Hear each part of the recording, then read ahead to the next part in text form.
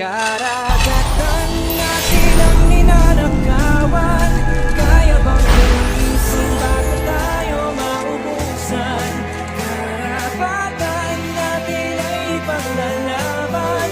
Sumabay sa paglayag habang sinisigaw at naninindig ang atin ito. Atin ito. Atin ito.